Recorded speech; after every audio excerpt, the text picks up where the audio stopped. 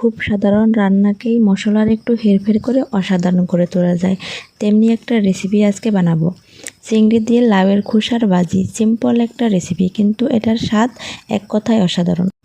কড়াইয়ে 1/4 কাপ তেল দিয়ে তাতে 2টো শুকনো মরিচের ফোড়ন দিয়েছি। এবার এতে 1/2 কাপ পেঁয়াজ কুচি এবং 4-5টা কাঁচামরিচ দিয়ে একটু ভেজে নিয়ে দিয়ে দিয়েছি 1 মুঠো চিংড়ি মাছ।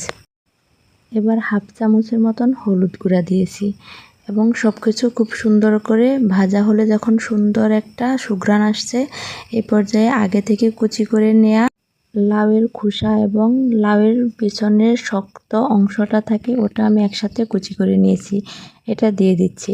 আর দিচ্ছি সামান্য একটু জিরা গুঁড়া এবং স্বাদ মতো লবণ। এবার সব কিছু নেড়ে চেড়ে ভাজতে থাকবো, সব কিছু সুসিদ্ধ হওয়া পর্যন্ত। সিদ্ধ হয়ে আসলে উপরে সামান্য ধনেপাতা